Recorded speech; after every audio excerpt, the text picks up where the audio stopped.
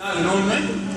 Jornada é o hábito dessa jornada. Qual foi o primeiro tema dessa jornada semana passada? Alguém lembra? Santa Missa. Quem pregou? Iveson.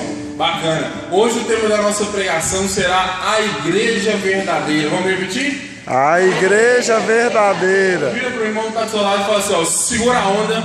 Segura a onda. Acompanha o gordinho. Acompanha o gordinho. Porque ele tem muita coisa para falar. Eu tenho muita coisa para falar. Não? Ele concordou? Melhorou? Concorda? Beleza?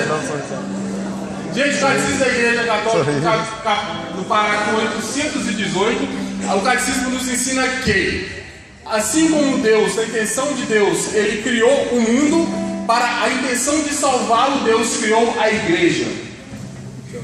Assim, o Catecismo também vai dizer que a igreja é o remédio para a salvação dos homens. Se você chegou aqui doente, se você chegou aqui perdido, abafado, triste, depressivo, desconsolado, você está no lugar certo, porque Ele é o remédio da sua salvação. Glória!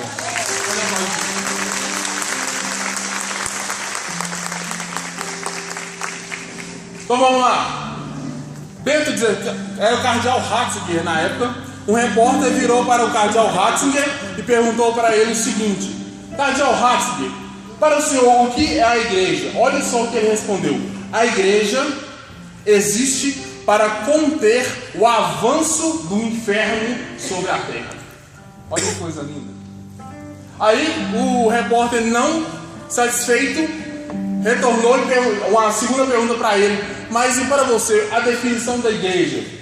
O cardeal Ratzinger vira para aquele repórter e responde categoricamente: eu sou apaixonado com o cardeal Ratzinger, o nosso Papa Emérito Bento XVI. A igreja é a reunião de poucos que irá salvar muitos. Para a glória de Deus. Vamos aplaudir essa igreja maravilhosa. Pega a sua Bíblia para mim, por favor, no livro de Mateus, capítulo 16, do verso 13 em sequência. Mateus, capítulo 16, versículo 13 e seguintes. Tempo. Tem que voltar. Amém ou misericórdia? Quem está preparado para a segunda vida do leão da tribo de Judá, já encontrou em Mateus, capítulo 16, versículo 13. Amém, gente? Amém. Posso ler? Eu estou ouvindo página passando até agora. Página da Bíblia Ave Maria, 1304. Posso ler? Sim ou não? Sim. Versículo 13. Na Bíblia Ave Maria, o título é o seguinte: Pedro exprime sua fé em Jesus. Primeiro anúncio da paixão. Versículo 13. Chegando ao território de Cesareia de Filipe, Jesus perguntou aos seus discípulos: no dizer do povo, quem é o Filho do Homem? Versículo 14. Responderam: uns dizem que é João Batista, outros Elias, outros Jeremias, ou um dos profetas. Disse-lhe Jesus: e vós, quem dizeis que eu sou? Simão Pedro respondeu: tu és o Cristo, o Filho de Deus vivo. Jesus então lhe disse: feliz és Simão, filho de Jonas, porque não foi a carne nem o sangue que te revelou isso, mas meu Pai que está nos céus. E eu te declaro, vamos ler junto? E sobre esta pedra edificarei a minha igreja. As portas do inferno não prevalecerão sobre elas. Eu te declaro, tu és Pedro, e sobre essa pedra edificarei a minha igreja. As portas do inferno não prevalecerão contra ela. Eu te darei as chaves do reino dos céus. Tudo que ligares na terra será ligado no céu, e tudo que desligares na terra será desligado no céu. Palavras da salvação. Glória a vós, Senhor.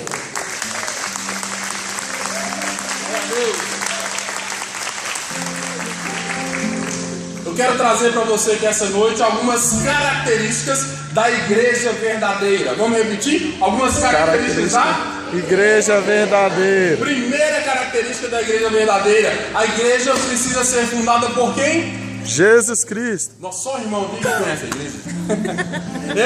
A igreja, para ser verdadeira, ela precisa ser fundada por quem? Jesus Cristo. É difícil quando a gente escuta no meio social algumas pessoas do alto escalão da igreja em programas de televisão e eles dizem que Cristo não quis a igreja, ele quis trazer o reino dos céus. Gente, isso me dói o coração, porque isso chega a ser heresia. E o que é heresia? Heresia é você negar a fé da própria igreja.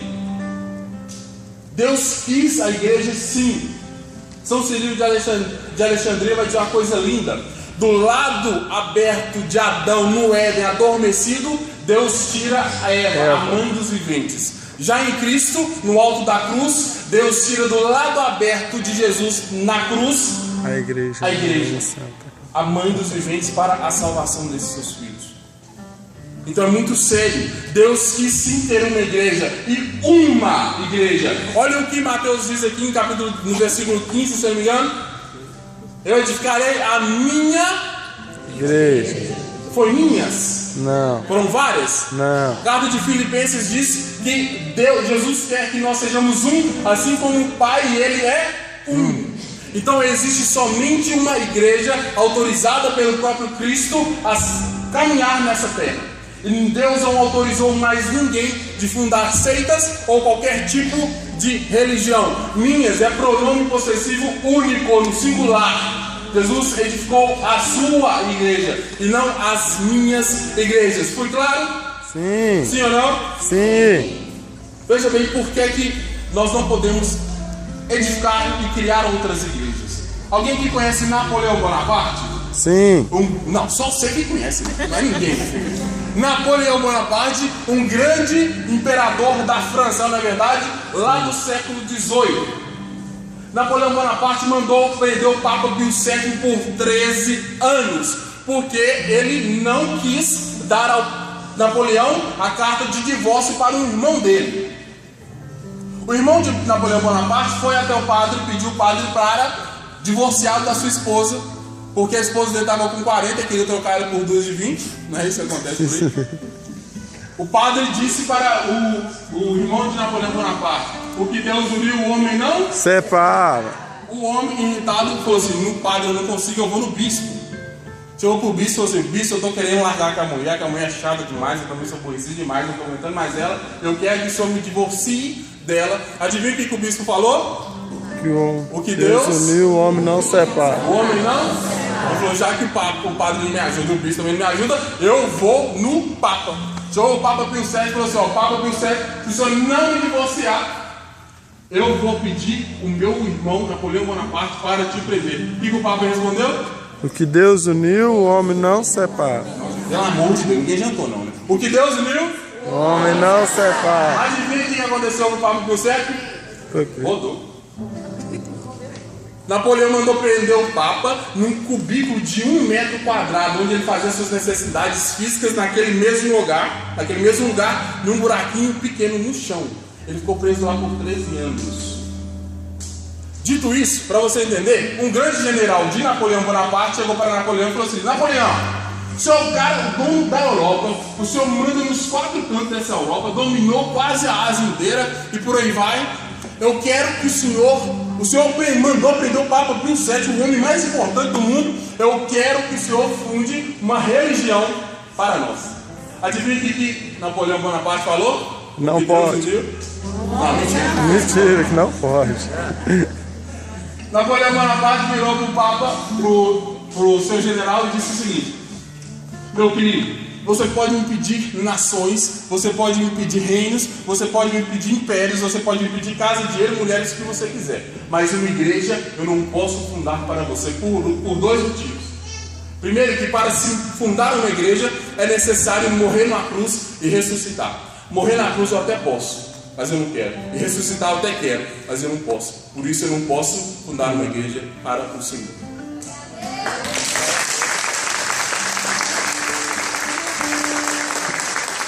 A primeira característica da igreja de Cristo, ela precisa ser fundada por quem? Jesus Cristo.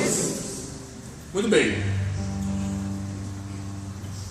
Dentre essa característica, Se você pegar Maomé, o fundador do islamismo, e você for no túmulo de Maomé, lá na Arábia Saudita, e pedir para visitar o túmulo dele, em cima do túmulo de Maomé vai estar escrito assim: aqui jaz Maomé, não é verdade? É. Se você for no túmulo de Gandhi, em cima do túmulo de Gandhi vai estar escrito assim, ó, aqui jaz Gandhi. fala, gente, conversa comigo. Se você for na França, na cidade de um homem chamado Hippolyte Léon Denisard de Rivail, alguém conhece? Kardec. Allan Kardec. Em cima do túmulo de Allan Kardec, o fundador do espiritismo moderno, em cima lá vai estar escrito assim: aqui jaz Allan Kardec. Se você for lá no Tibete, no túmulo de Buda, em cima do túmulo de Buda vai estar escrito: aqui jaz Buda. Se você for em Uberaba, aqui pertinho de nós, que um safado saiu correndo de Pedro Leopoldo, expulso pela família e pelas as pessoas que conheciam ele, um grande homem de apelido de Chico Xavier. Ele foi fugido de Pedro Leopoldo para Uberaba, caçado pela própria família, para fundarem Uberaba, o espiritismo. Se você chegar no túmulo de Chico Xavier, em cima da lápide de Chico Xavier, lá vai estar escrito o seguinte: aqui jaz. Se você pegar uma motinha, for no centro, pega um táxi e vai para o aeroporto de Confins, desce na Terra Santa. Se você for em Jerusalém, no túmulo de Jesus, lá vai estar escrito o quê? Ele passou por aqui, mas ressuscitou! Aplauda o fundador da sua igreja com força! Glória!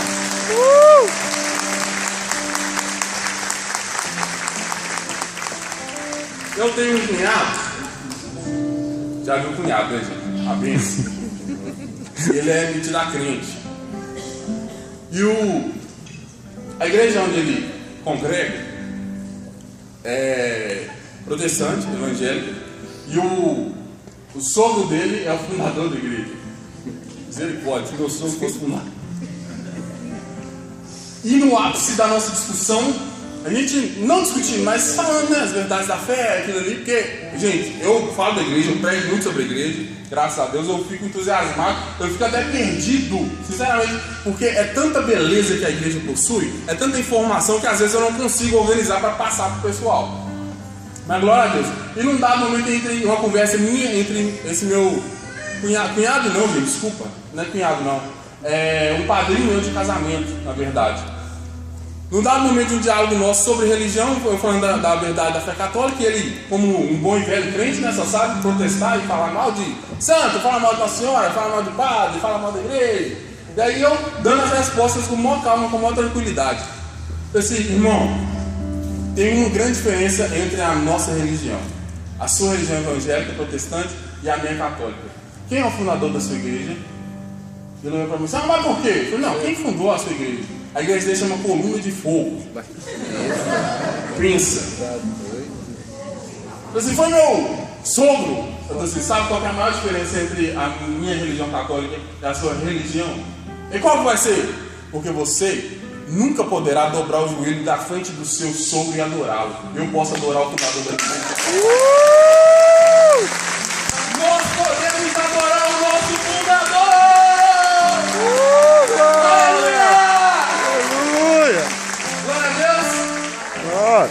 Vamos continuando. Eu gosto muito de responder perguntas evangélicas. Eu até anotei um rol aqui, mas eu acho que não vai dar tempo não.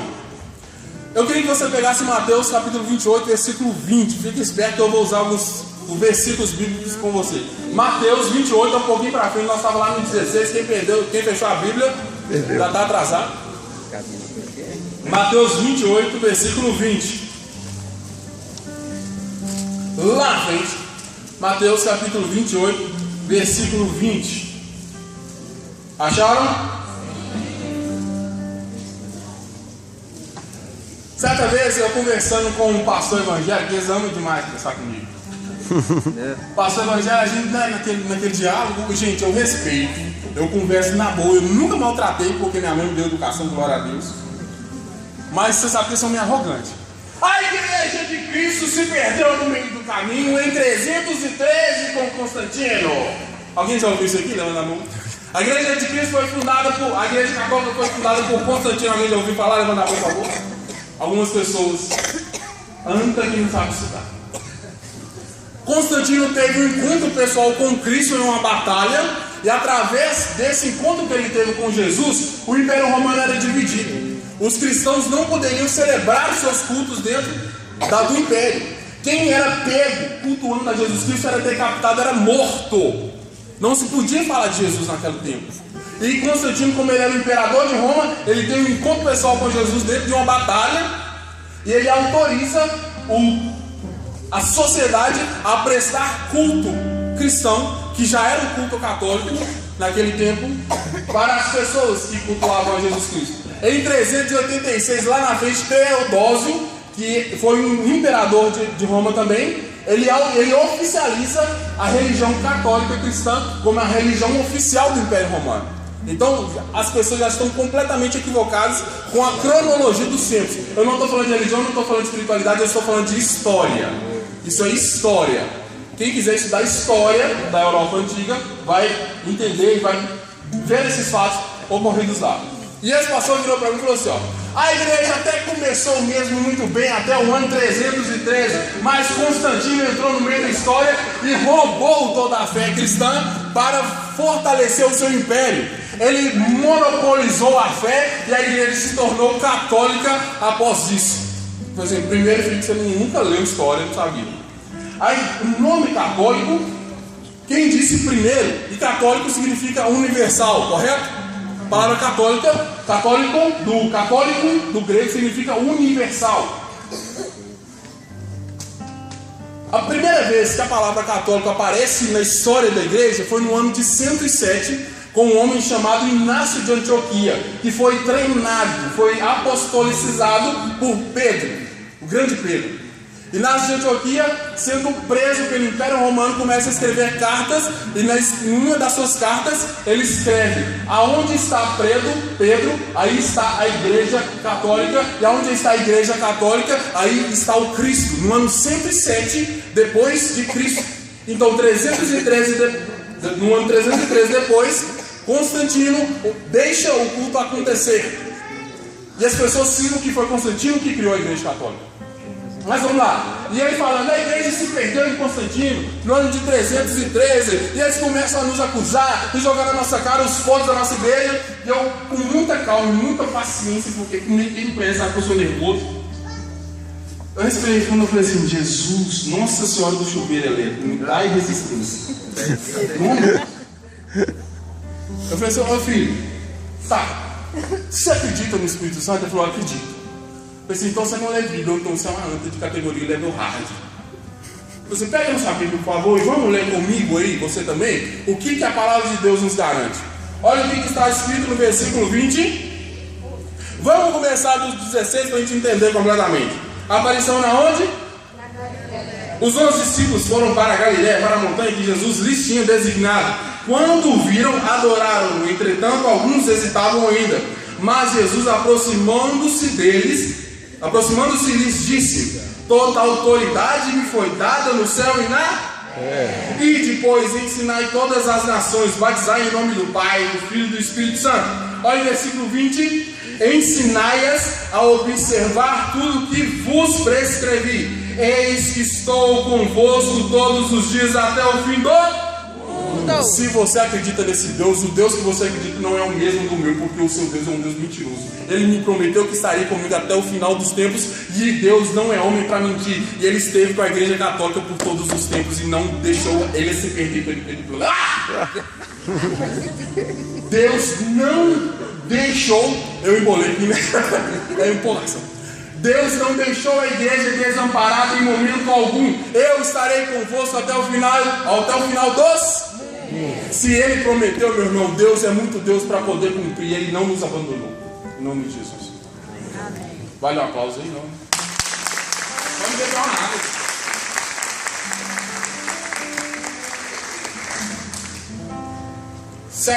Outra que eu gosto muito de usar contra evangélicos, João capítulo 14.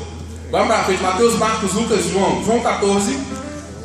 Vou mandar outra historinha com outro colega meu técnico. João 14, 26.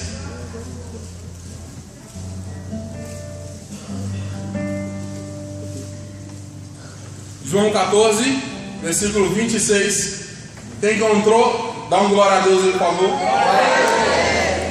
Posso ler? Certa vez eu conversando com, agora foi um testemunho de Jeová, morar lá perto de casa. Chegou em casa, bateu na porta, chamei para entrar e tomar um café. A gente começou a conversar. E logo caiu no assunto de igreja. Meu Jesus, ó céu de chuveiro elétrico, dá-me resistência. Papo vai, papo vem. Esse testemunho de Jeová teve a capacidade de falar assim, ó, que o Espírito Santo deixou de atuar na igreja porque os homens eram muito perversos. Eram todos perversos. E Deus tirou o espírito deles e entregou a Charles Taze Russell, que é o fundador dos Testemunhos de Jeová, 1848, Estados Unidos. Eu falei, Jesus amado, o que esse cara está arrumando do meu lado? Eu falei, filho, vamos pegar lá, por favor, na sua Bíblia, João, versículo 14, versículo 26, capítulo 14, versículo 26. Mas o Paráclito, o Espírito Santo, que o Pai enviará em meu nome, ensinar-vos a todas as coisas, e vos recordará tudo o que vos tenho dito.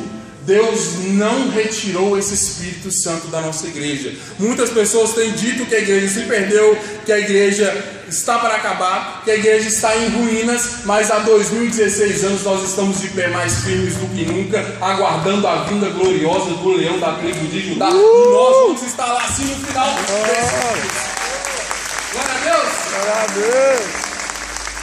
Outra característica da igreja, a igreja precisa ser fundada por Jesus, é ou não é?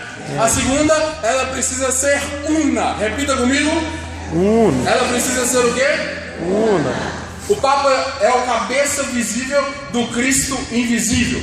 Meu irmão, o magistério da igreja é o órgão responsável, digamos assim, a parte da igreja responsável para entender entre a tradição e a Sagrada Bíblia, Sagrada Escritura. Ele analisa, ele entende e ele nos ordena para qual é a verdade que Deus quer nos revelar. Agora eu vou falar para vocês, nós temos uma só fé, é ou não é? Se você sair daqui e ir lá para o Japão, em Tóquio, em catedrais católicas, se você for para a Europa e na Rússia, se você for para a Ásia, se você for para a América do Norte, em qualquer igreja católica que você entrar, será celebrada a mesma missa, com a mesma liturgia que está sendo celebrada aqui no Brasil. Se você precisar batizar um filho seu em qualquer outro lugar do mundo, numa igreja católica, o batismo será o mesmo. A igreja, ela é una, ela é indivisível.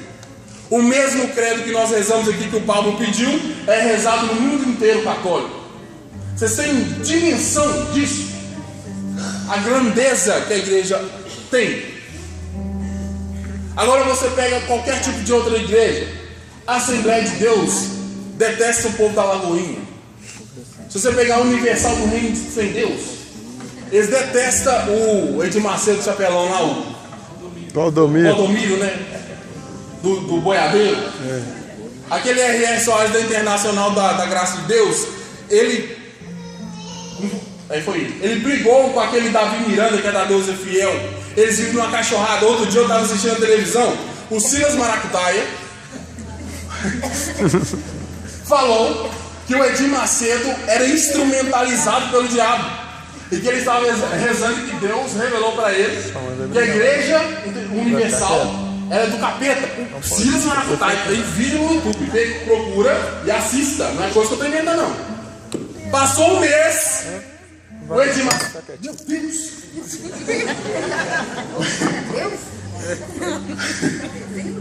o Edir Macedo, depois de um mês, falou que o Silas Maracutaia era possesso pelo diabo.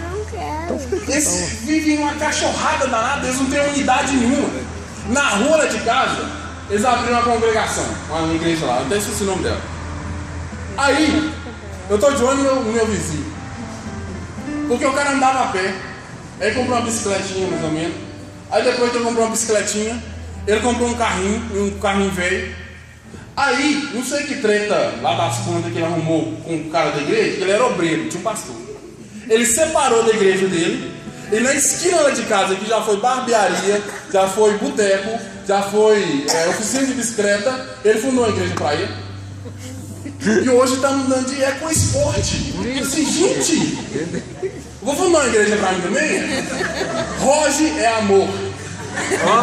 Vai todo mundo lá congregar comigo, amém? Amém, irmãos? Não, por quê? Lá não vai ter um dízimo não, eu vou criar um trízimo. Vai. Eu disse do Pai, do Filho e do Espírito Santo. Eu vou copiar do boiadeiro lá, do Valdemiro. Ele tem um trízimo.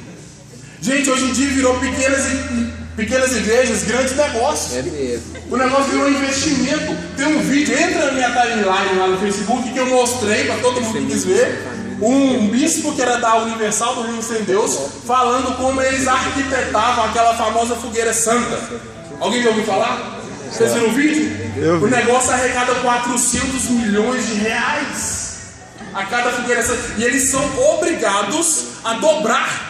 Ele falou, gente, eu cobrava dos pastores que eram submissos a mim para dobrar o valor. Se eles arrecadavam 1.000 esse ano, ano que vem tinha que ser 2.000, 3.000 no mínimo. Senão ele era discípulo do cargo do pastor.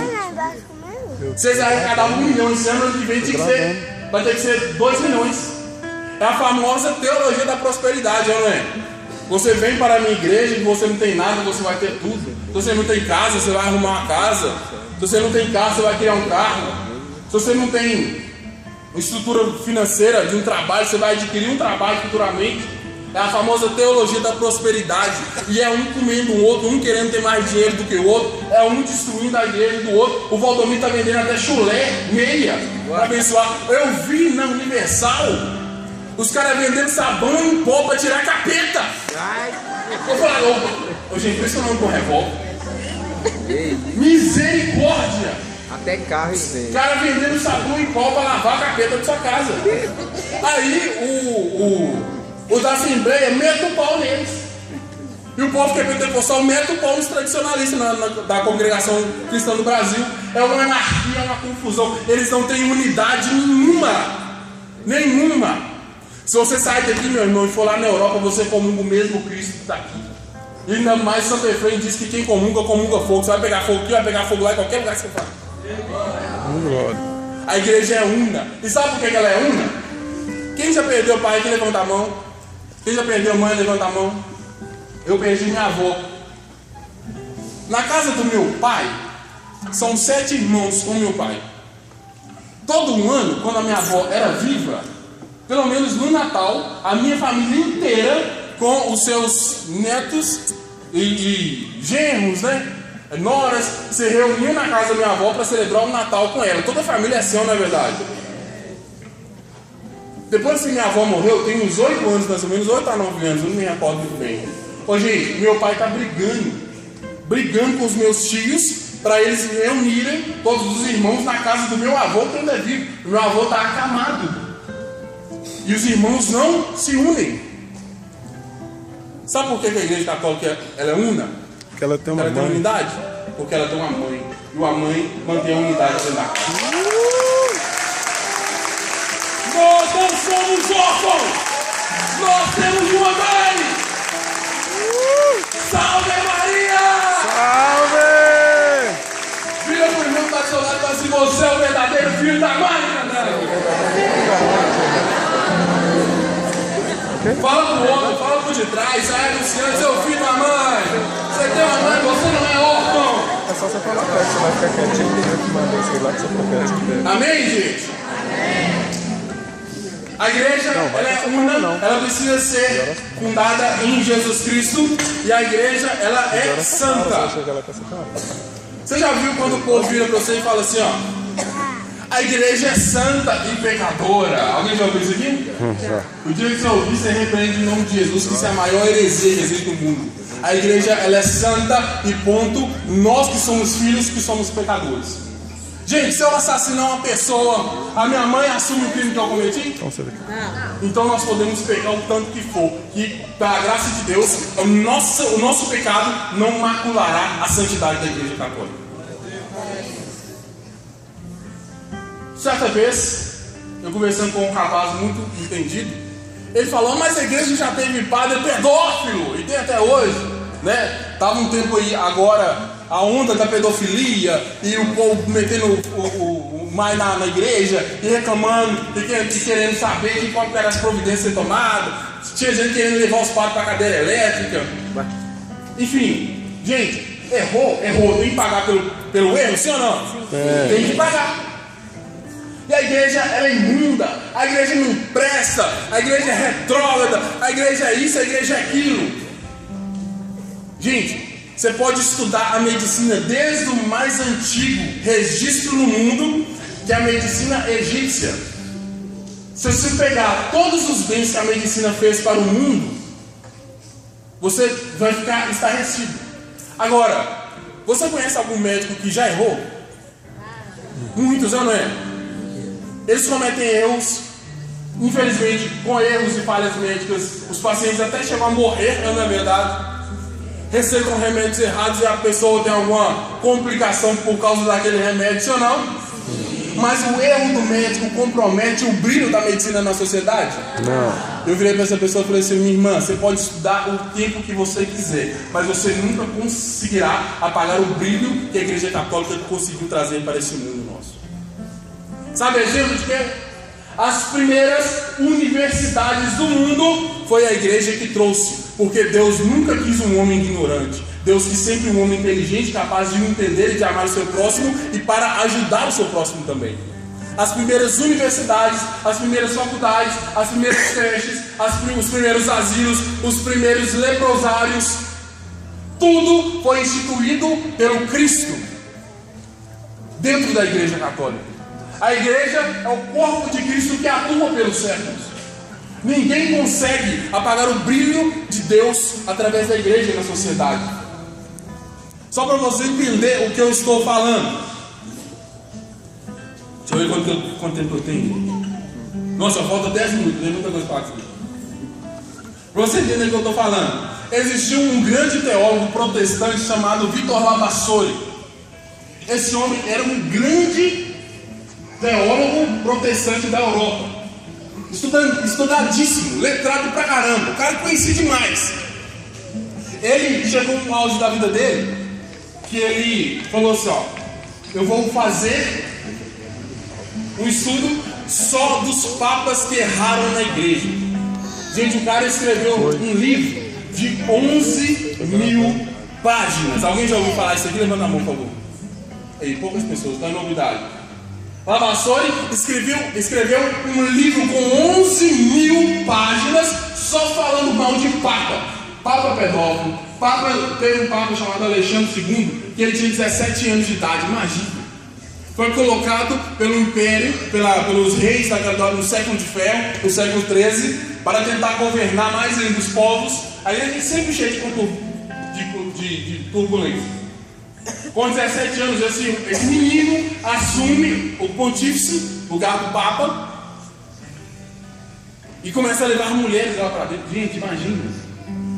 Esse homem teve 12 filhos, com 12 mulheres diferentes. É difícil imaginar uma coisa dessa. Lavassori relatou todos os piores pecados que os papas da igreja puderam fazer até o seu tempo. No final que ele escreveu o seu livro, ele foi revisá-lo. Todo mundo sabe que quem escreve uma obra, você precisa voltar a reler para ver se tem algum erro ortográfico, cronológico, né? De leitura, enfim. Quando Lavassori leu sua obra com 11.000 páginas, ele fechou a sua obra e falou assim: ó, a partir de hoje eu sou católico. Sabe por quê? Que dentro da obra que ele mesmo escreveu, ele chegou à simples conclusão de que se essa igreja teve tanto papa ladrão, tanto papa perverso, tanto homem ruim, tanto homem pedófilo, tanto homem indigno, e até hoje ela não acabou, essa igreja é a verdadeira. Se fosse uma igreja de homens, ela já teria sucumbido há muitos anos atrás. Essa é a igreja verdadeira, a igreja de Cristo. Glória a Deus.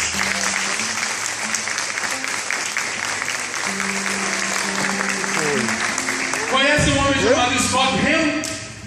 Recomendo para todo mundo, gente. É baratinho os livros dele. O mais barato, mais ou menos, é R$18. Vale um pote de açaí lá no mini saia. Vamos para os jovens que está aí, ó. Vamos parar de tomar açaí e comprar livro que presta para aprender da igreja. Amém? Amém. Também estou precisando parar com açaí. Mas no meu caso não é açaí, não é mais outras coisas. É boa, né? Então, enfim, Scott Ham foi o homem mais letrado da América do Norte, Estados Unidos da América, logo aqui acima de nós.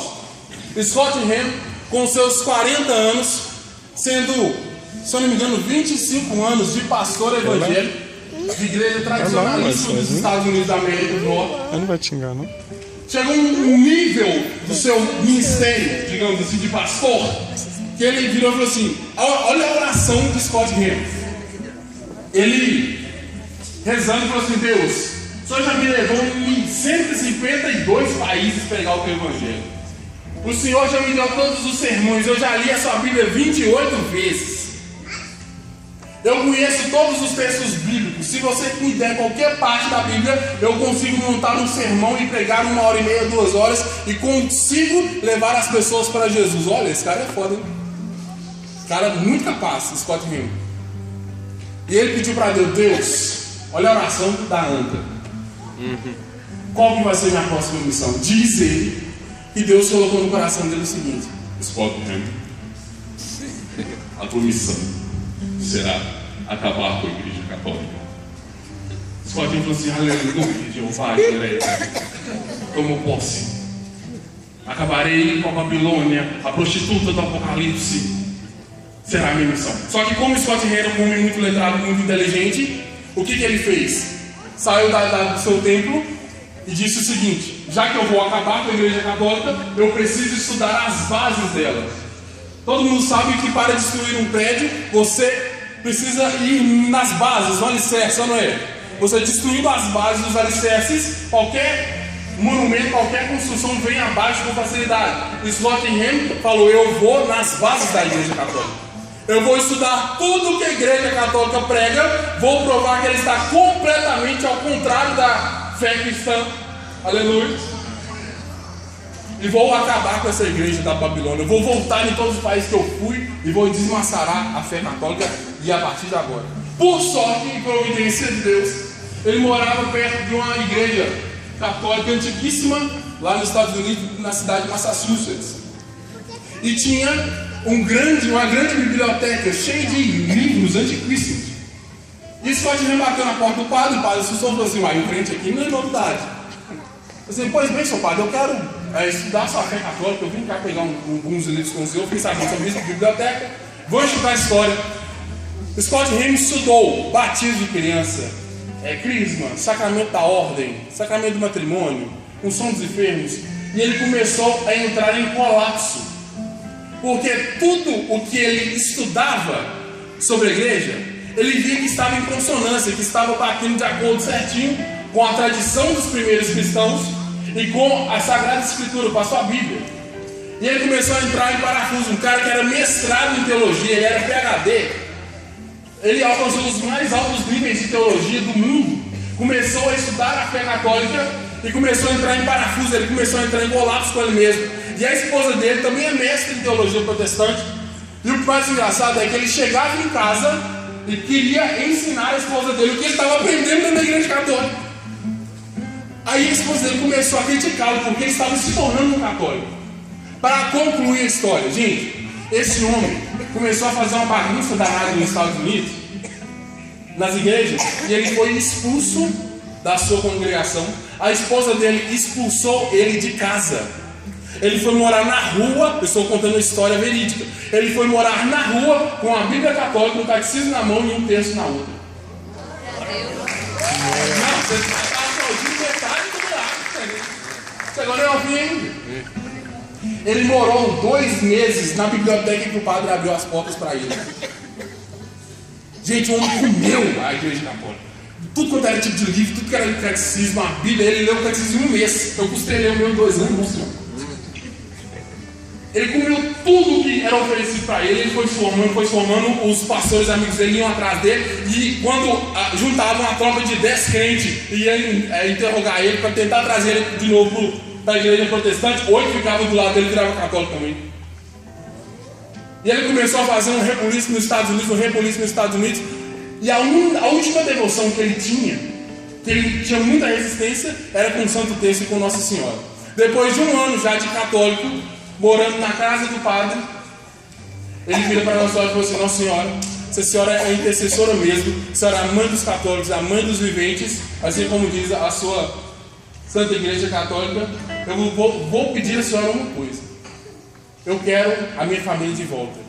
Gente, no outro dia, a esposa dele estava na igreja pedindo para voltar e aceitando ser católica, porque ela começou a estudar também na casa dela. Gente, esse homem tem feito um estrago tremendo nas mentiras que os protestantes, que os evangélicos têm levantado contra a nossa igreja. Ele lançou 4 livros já, eu tenho os 4. Vale a pena você comprar e entender. Tem um livro dele, pra você ter noção, que ele mostra, que ele decodifica a Santa Missa que nós participamos todos os domingos aqui na igreja, dentro do Apocalipse. É um mistério tremendo o negócio. Vale a pena você investir, procura. O nome do livro se chama Todos os Caminhos Levam a Roma. Porque todos os caminhos que ele tentava destruir a igreja levavam ele para mostrar que a igreja de Cristo é a igreja de Roma de verdade. Amém? Amém. Só para a gente acabar, a igreja é santa, a igreja é una e a igreja tem que ser fundada em Jesus Cristo, não é verdade? A igreja precisa ser apostólica. Tem um dito cujo aí, se autodenominando apóstolo. Apóstolo Valdomiro de Santiago, apóstolo Agenor, não sei das quantas. Alguém ouviu falar desses homens por aí? Se você ligar a Rede TV, Record, alguns canais da televisão, você vai conhecer eles todos, denominando-se apóstolo. Quem deu o nome deles apóstolo? Apóstolos só existiram 12, e foi o próprio Cristo que deu a eles esse nome. Lucas 6, capítulo 6, versículo 11. O próprio Cristo passou a noite inteira orando e chamou os 12 para serem os seus discípulos, os seus apóstolos mais próximos. E por que a igreja ela é apostólica? Porque esse ensinamento do Cristo foi passado de geração em geração. Foi se passado. Exemplo, São João. São João formou Santo Irineu. Santo Irineu formou São Policarpo de Esmirna. E ele foi dominando a Ásia por ali afora. São Pedro formou Clemente, formou São Lino, formou Santo Inácio de Antioquia, o qual eu citei aqui há pouco tempo. E esses grandes homens foram passando a fé adiante. A nossa igreja, sim, ela é apostólica, porque ela nasceu dos apóstolos. A igreja foi fundada por Jesus no ano 30, mais ou menos. Constantino levou o ano 0 pelo nascimento do Deus homem Jesus Cristo. A primeira igreja evangélica fundada no mundo foi por um homem chamado Martinho Lutero, gordinho igual eu. Se eu não me engano, na Alemanha. 1517 anos depois de Jesus, depois da igreja católica. Você tem noção, gente? Eu tenho 26, vou fazer 27 anos. O tanto de coisa que eu já aprendi, que eu já sofri, que eu já errei, que eu já amei, que eu já gostei, não é verdade? Existem pessoas mais velhas aqui. Quanta experiência você tem lá com seus 40, seus 50, seus 60 anos? Não sei. Tá alguém de 150 aí não. Quanta experiência você já adquiriu nesse tempo de vida seu? Imagina uma igreja com 2016 anos. E imagina a igreja com 1517 anos. Estava muito à frente do conhecimento do seu tempo. Martinho Lutero, numa revolta dele, de chiquititas, virou para a igreja e falou assim: ó, tudo que a igreja católica pregava de hoje para trás está errado. Eu vou começar a mostrar qual é a essência do evangelho, qual é a essência da verdade.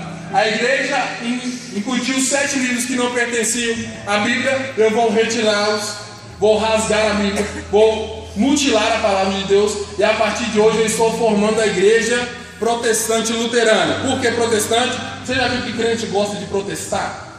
Tudo eles protestam, como eu disse aqui. Protesta contra...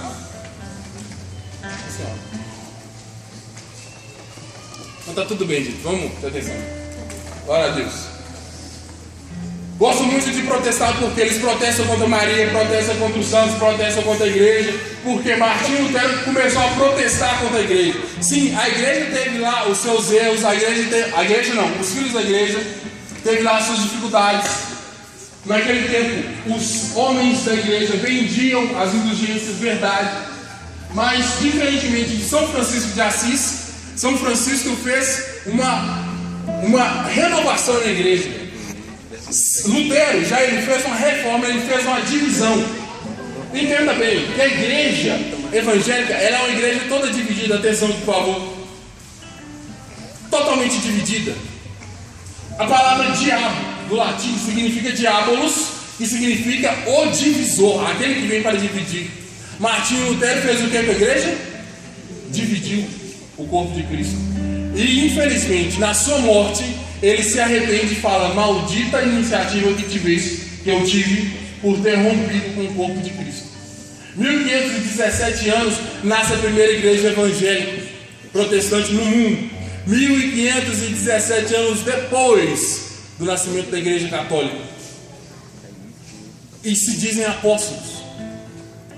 Tem alguma lógica nisso, gente?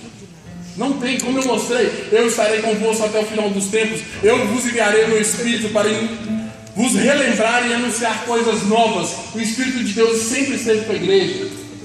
Mas quando a igreja, quando o demônio levanta algum herege, quando o demônio levanta alguma pessoa para perder a igreja, Deus sempre levanta um santo para defendê-la. Assim como Lutero, nasceu Santa Teresa d'Ávila, uma mulher que disse: eu morro, mas morro católico. A mulher reformou o Carmelo. A mulher transformou a sua época. Depois de Teresa d'Ávila, veio Santa Teresinha e São João da Cruz. No seu tempo, São Tomás de Aquino, brigando com a ciência, São Tomás de Aquino dizia que Deus sim trouxe a ciência para a humanidade para nos ajudar. E quando o povo falava que a ciência não, que a ciência veio só para dividir, quando o demônio levanta algum herege, quando o demônio levanta algum perturbador, Deus levanta algum santo, com certeza, para salvar a sua igreja. Porque nós somos os apostólicos, nós somos aqueles que herdaram a novidade de Jesus, o apostelo, o seguimento do Cristo. Aqui no Belo Vale, é Belo Vale aqui? É? Com certeza, tem dificuldade, sim ou não? Tem criminalização, sim ou não? Tem dificuldade, sim ou não? Mas em tempos difíceis, quando o demônio levanta dificuldade, Deus levanta um povo santo que eu estou diante dele para combater essa criminalidade. Para levar a santidade a esse povo. Nós somos a igreja.